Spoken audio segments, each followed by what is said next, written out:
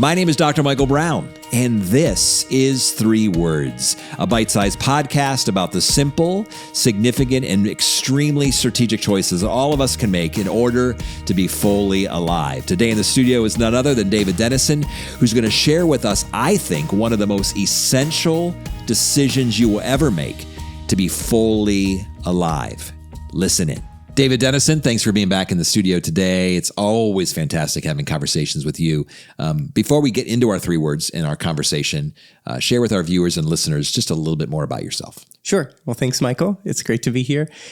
So my name is David Denison. I am a senior life design coach at a university in the Midwest.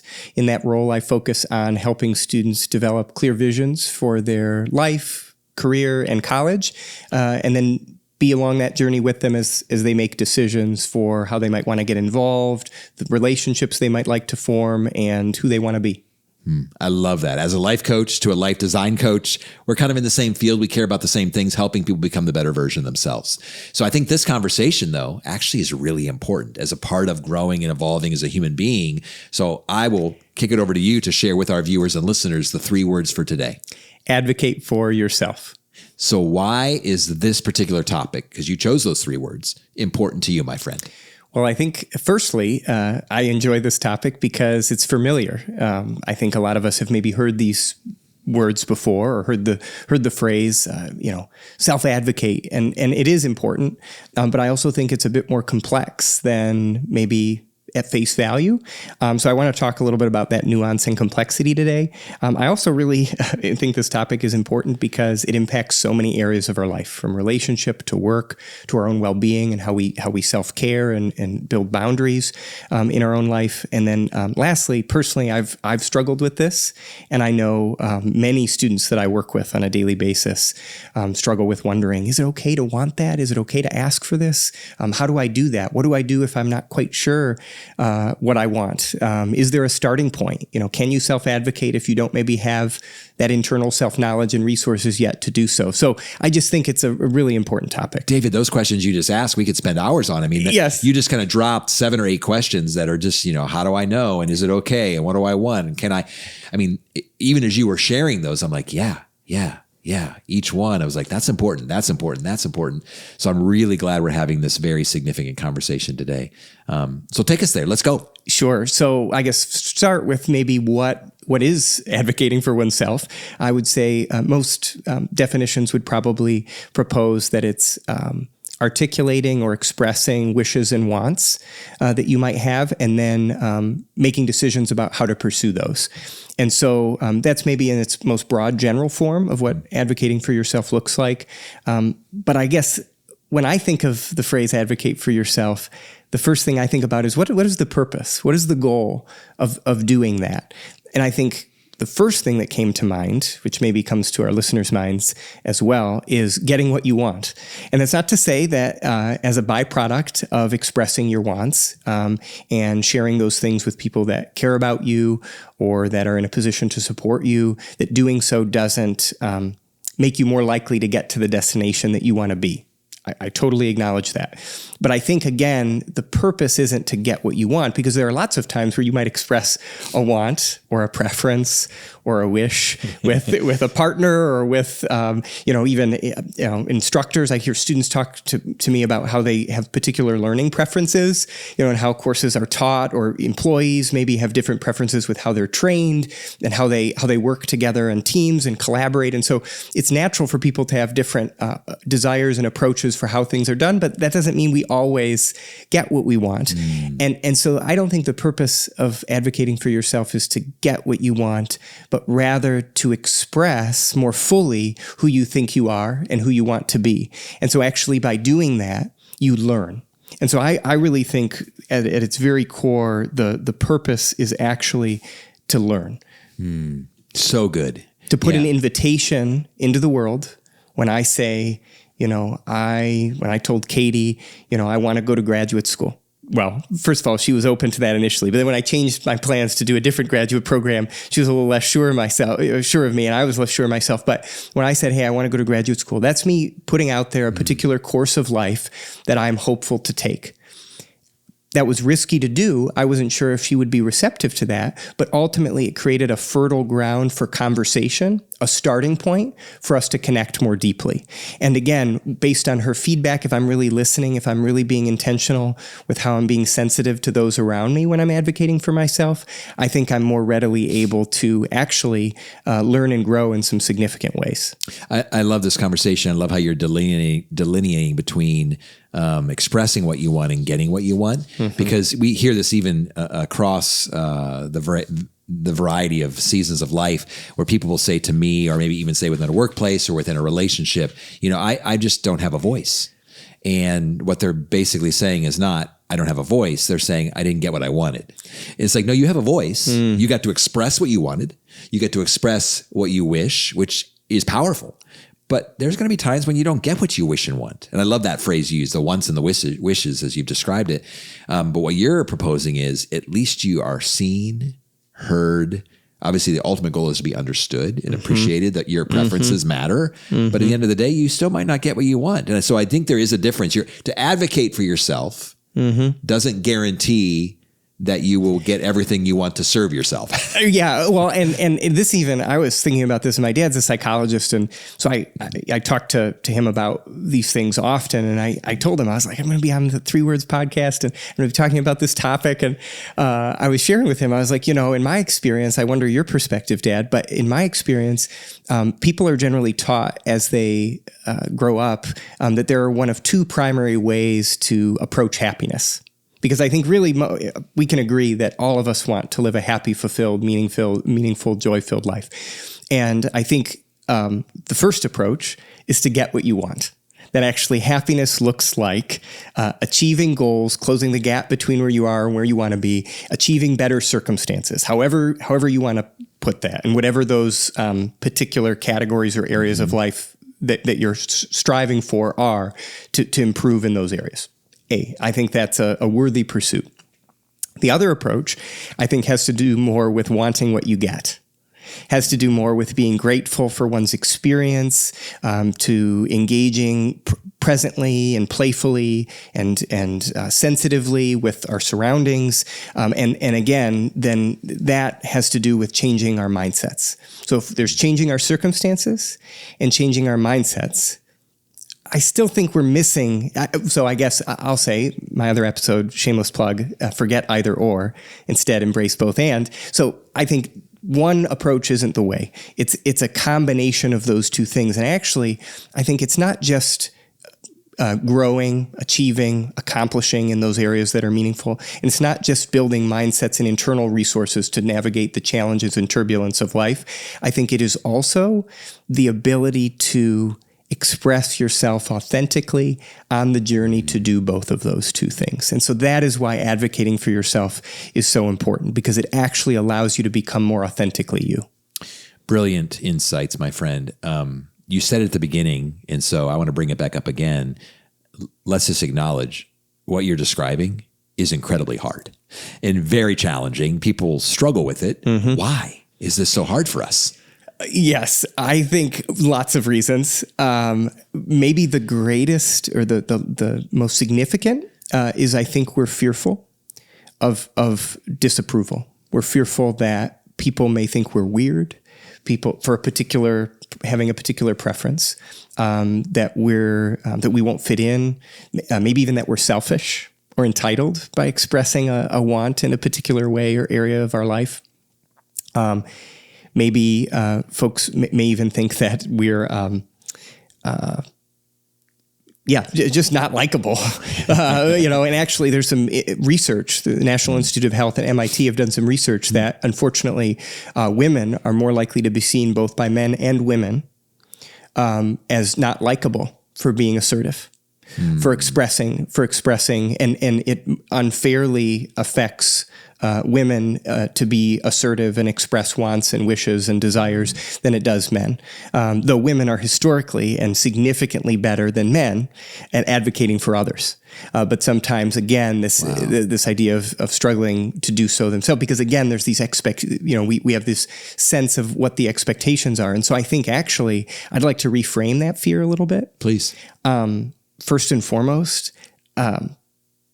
it's okay to want things. Now, might it be selfish to want things in excess or to want certain things at the expense of other people? Yes.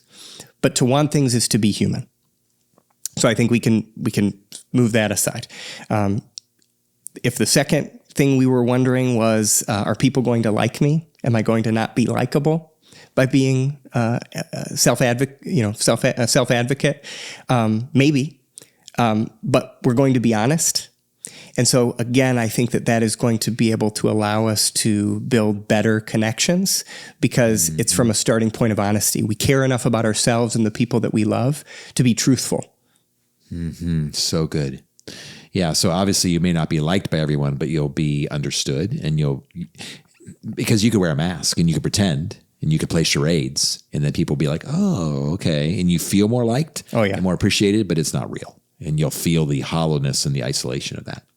Yeah. And I think too, and I took a lot of this for granted, but I would say there are 3 primary beliefs that are important when tackling this idea of advocating for yourself.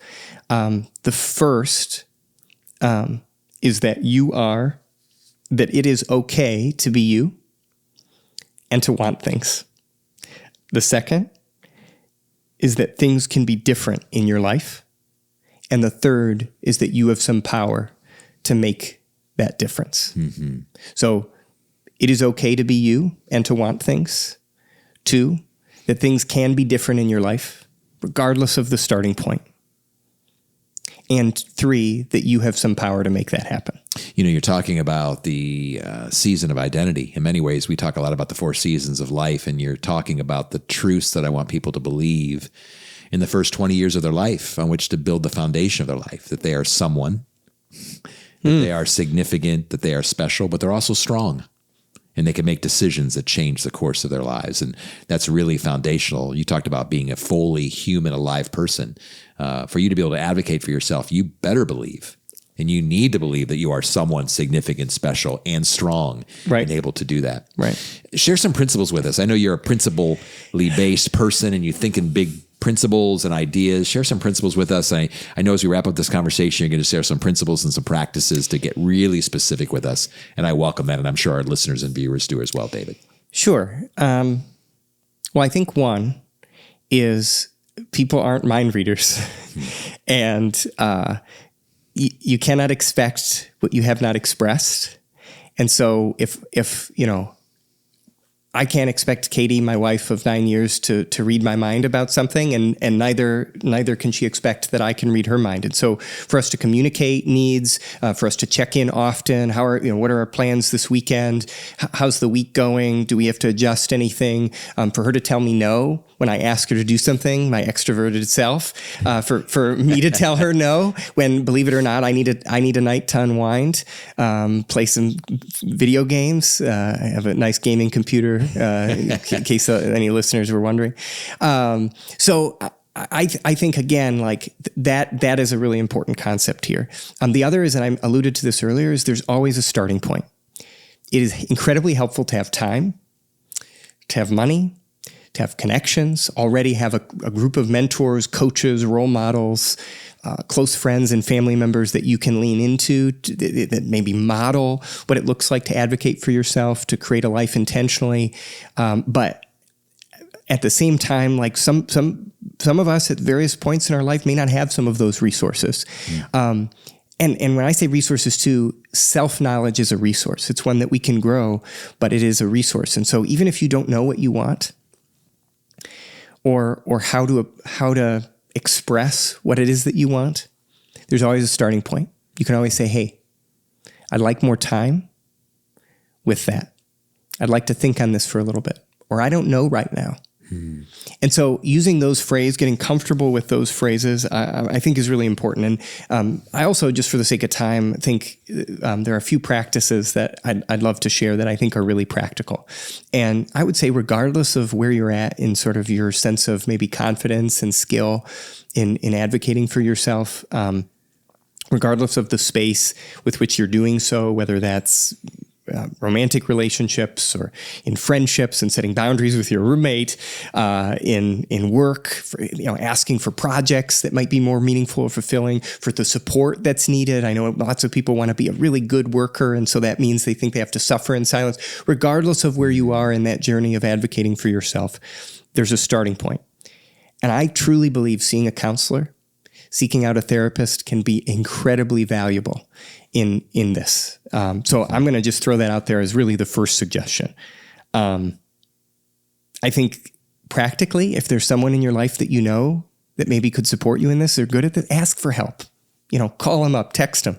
Hey, how do you do that? Like I've seen you sort of do that thing at work where you like somehow get extra work, but are given appropriate space with other projects to be able to manage it effectively. Like, how does that happen? What are the things that you're trying to do that? So ask for help and then prepare. How many times have we had things we want to ask a doctor before that doctor's appointment? Or how many times have we had things that we want to talk to our partner about, but we just blank in the moment?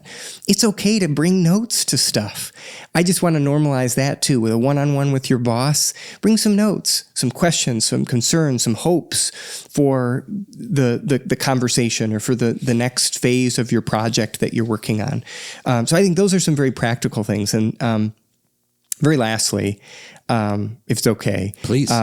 There's a great resource anyone can find online, and it's sort of a unremarkable name, but I think it's really powerful to review every once in a while. It's called the Bill of Assertive Rights, and it actually was originally developed as part of assertiveness training that psychologists would do through some of their work, and it's been adapted in various settings.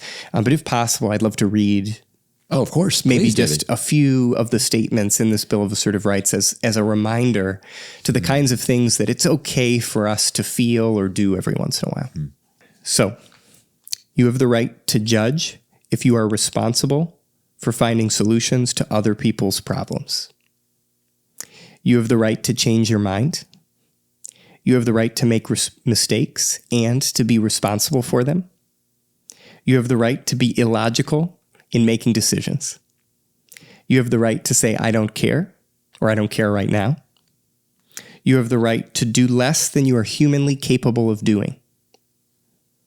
You have the right to feel all of your emotions, including anger, and express them appropriately. You have the right to ask for what you want. You have the right to feel good about yourself, your actions, and your life. So good. I've never heard of those, and this is fantastic. David, thanks for sharing today. You're actually reminding me of a phrase that we oftentimes use, and that was actually an episode of 3 Words that I did with Dr. Russell Catania, which is choose your hard, because what you're inviting us to do is really hard. Even to the point where you're like, hey, you might need to see a counselor to get assistance or ask a close friend to help you in this journey. But it seems like if to not do it is far more hard and far more challenging. So you're choosing, and you use the term risky. Mm-hmm. What you're suggesting could feel risky, but it's worth the risk. And also, it's more risky to not be known, to not be able to express, to not be able to be heard, to not to have a voice, and to be able to express the wants and wishes of being fully human. So thanks for encouraging us today. I think through this conversation, as one of the core values of 3 Words podcast, as well as DMB coaching, and that is to be fully human. And as a part of that means that I get to, and I should, and quite honestly, I must advocate for myself. Thank you, David, for your great insights and for your wisdom, and we look forward to having you back in the studio soon. Thanks, Michael. 3 Words Podcast family, I hope you enjoyed my conversation with David today. I'm sure for some of you, if not all of us, it was a little bit scary and even hard and challenging to hear some of the things that David had to share, because it requires some risk and it requires some courage. But that's really why we're here, to help you be more courageous and to be more pursuant of the things that will help you become the greater and better version of yourself. So all that to say, thanks so much for being a part of the 3 Words Podcast family. We would even encourage you to go to dmbcoaching.com/subscribe to actually subscribe to our newsletter and be even more connected to us, to hear more conversations in written form like this that will help you grow and evolve into the better version of yourself. All that to say, we'll see you in a couple of weeks.